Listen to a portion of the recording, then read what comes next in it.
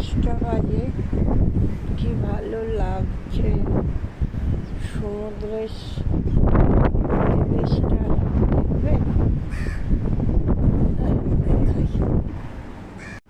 Balcony থেকে সমুদ্রটা দেখুন। আমাদের একটা জিনিস দেখাবো, দাঁড়ান। এই যে এইটা দেখছেন, এটা হলো জগন্নাথের শ্বশুর বাড়ি, প্রভু জগন্নাথের শ্বশুর বাড়ি। সাগরটা দেখুন।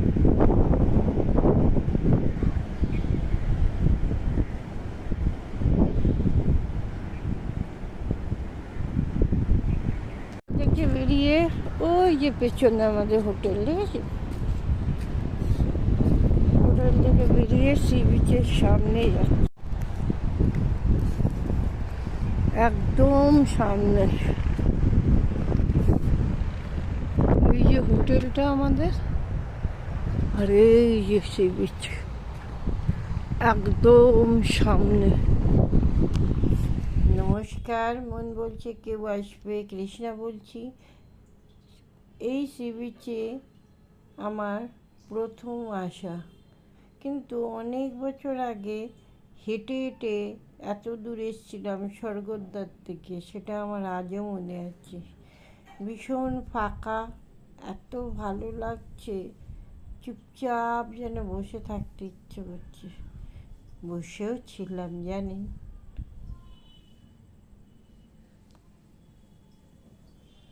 এই যে দেখুন, বসে বসে দেখছি, কিন্তু এখানে একটা জিনিস লাগছিল, চায়ের জিনিস এগুলো কম ছিল। চা পাওয়াটা একটু মুশকিল, একটু বেলা হলে তবে। অন্য সি বিচে এমন খুব তাড়াতাড়ি চা পাওয়া যায়, এখানে একটু দেরি করে। তবে এখানে চাটা আর একটুখানি হাঁটলে আমাদের হোটেল থেকে, আর হোটেলের একদম সামনেই চা আছে, আমরা ওইভাবেই চা খেয়ে নিয়েছি। আর হোটেলে গিয়ে তো সকালবেলা চা পাওয়াই যেত। ভীষণ ভালো লাগছিল, তরুণ বসেছিল, একটু ভিডিও করে নিয়েছিলাম, কিছু রিলস বানাচ্ছিলাম, আপনাদের আগেই বলেছি এই রিলস করতে হয়, ভীষণ ভালো লাগছে, প্রচুর রিলস করেছি।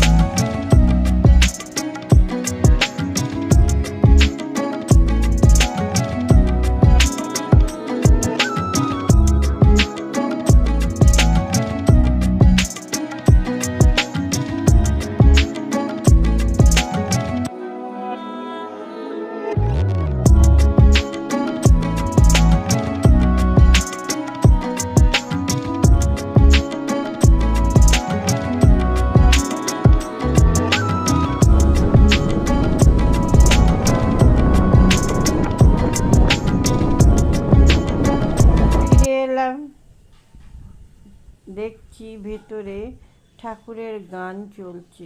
এই হোটেলটায় এই বিশেষত্বটা আমার এত ভালো লেগেছে, রোজ সকালবেলা সন্ধ্যেবেলা করে গান হয়।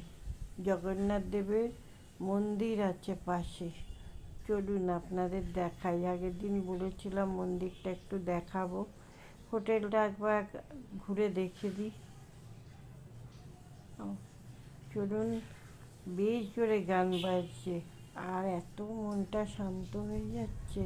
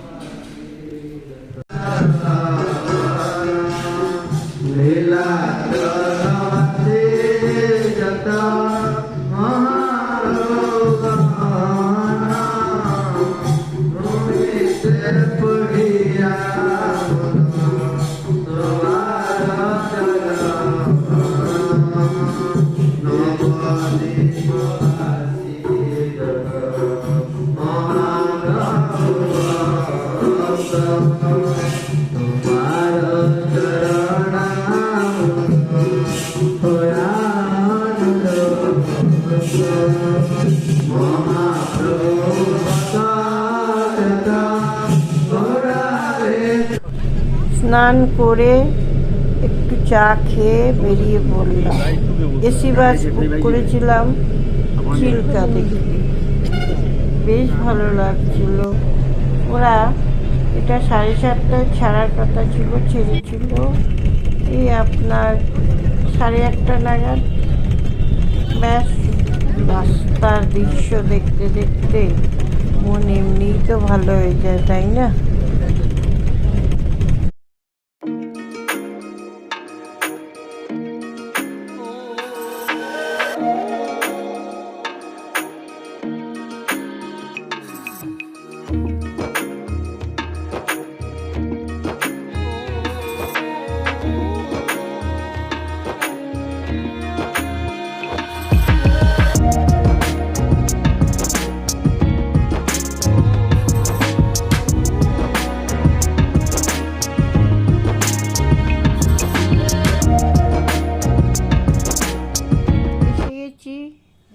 আমরা লঞ্চে উঠেও পড়েছি। লঞ্চে উঠে দেখতে দেখতে যাচ্ছি, এত ভালো লাগছিল কি বলবো। আমি কিন্তু চিল্কায় আগেও এসেছি, তবে এবারে ডলফিনের দেখা পাইনি। চিল্কায় সাধারণত মানুষ আসে ডলফিনের দেখা পাওয়ার জন্য, সেটা আমাদের কপালে ছিল না, হয়নি। যাই হোক, যা দৃশ্য উপভোগ করছিলাম এটাই বা কম কিসে, মনটা এত ভালো লাগছিল। পুরীতে আসলে এরকম সাইট সিনগুলো ঘোরা খুব দরকার। এতে কি হয় বলুন তো, একটু মেজাজটা অন্য দিকেও যায়। অনেকে মিলে যাচ্ছিলাম, মনটা বেশ ফুরফুরে হয়ে গেছে। মাঝি রে, ও মাঝি রে, পার করে দে বলবো না আর, তোর খেয়াল খুশির ভয় চলবো না আর, যাহাই তা হোক আমি এবার দেব সাঁতার, এপার ওপার পার করে দে বলবো না আর। বেশ ভালো লাগছিল জানেন।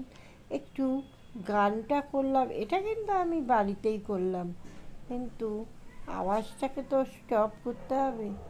মনটা এত সুন্দর মেজাজ হয়ে গেছিল যে একটু গানটা এখন গেয়েই দিলাম আপনাদের সামনে। আগেরবার যখন এসেছিলাম তখন কিন্তু আমরা এমন একটা জায়গায় নেমেছিলাম না, বেশ সুন্দর ছিল। এবারে মাঝে অন্য জায়গায় নামলে, আর এই দেখুন লাল কাঁকড়া দেখাচ্ছে। আর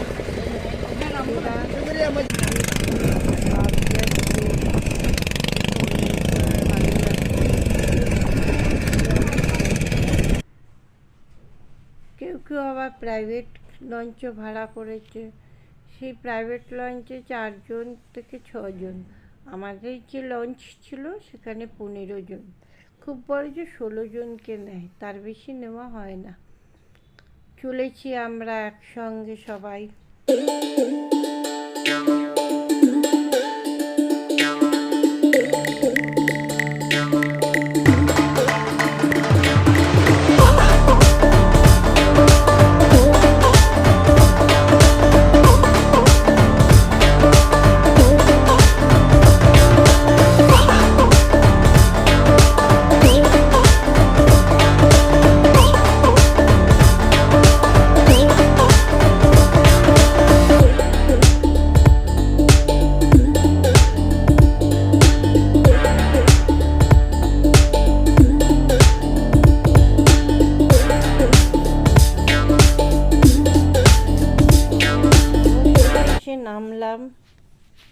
পাড়ে, সেখান থেকে সমুদ্র দেখব। এটা তো লেক। এরপরে সমুদ্রটা চিল্কা হ্রদ থেকে সমুদ্রতে যেতে একটুখানি সময় লাগে। দেখছিলাম আশেপাশে ঝাউবনগুলো। এর মাঝে কিন্তু আমরা একটু ডাব খেয়ে নিয়েছিলাম। তারপরে গিয়ে একটু রিলসও করছিলাম। আপনারা বলবেন সবসময় রিলস করছেন? হ্যাঁ, আমি খুব রিলস করেছি। এই যে দেখুন, বেশ ভালো লাগছে। এর মাঝে চা বিস্কুট খেয়েছি। আর এই যে ঝাউবন দেখতে দেখতে আবার প্রায় অনেকক্ষণ ছিলাম পাড়ে। এবারে ফিরতে হবে, ডাক এসেছে। ঝাউবন দেখুন, কি ভালো লাগছে।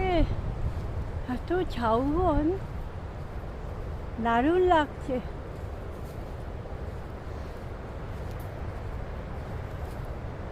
চলো না দেখার সৈকত ছেড়ে ঝাউবনে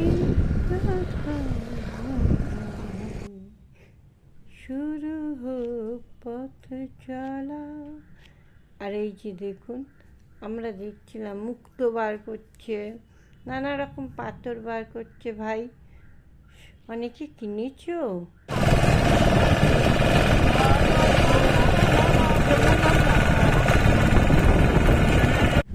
এই যে এখানে থেকেই আমাদের যাওয়ার শুরু হয়েছিল। এবার যাওয়ার আগে এখানে খাবারটা অর্ডার করে যেতে হয়।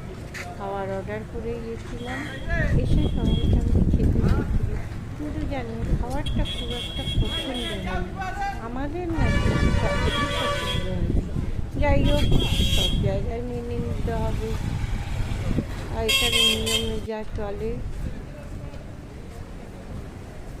আজকের মতো চিল্কা ঘোরা শেষ। আপনাদের বলা হয়নি, এই যে আমরা যে হোটেলে ছিলাম সেখানে একটা সুন্দর পুল ছিল। আমরা চিল্কা থেকে এসে একটু বিশ্রাম নিয়ে পুলে নেমেছিলাম। সাধারণত সকালের দিকেই সকলে নামছে, দুপুরেও নামছে, কিন্তু আমরা নেমেছি সন্ধেবেলা, যখন জলটা ওরা ফিল্টার করছে তখনই নেমেছি। যাই হোক, ভীষণ ভালো লাগছিল। অত ক্লান্তির মধ্যে সুইমিং পুলে নেমে একটু স্নান করতে সবাইরই ভালো লাগে। আর কি, আবার পরের এপিসোড নিয়ে আসবো আপনাদের কাছে। ভালো থাকবেন। আজকের মতো আসি, টাটা। তরুণ সাঁতার কাটছিল, সেটাও আপনাদের দেখিয়ে দিলাম। অনেক বছর বাদে তরুণ সাঁতার কাটলো বললো।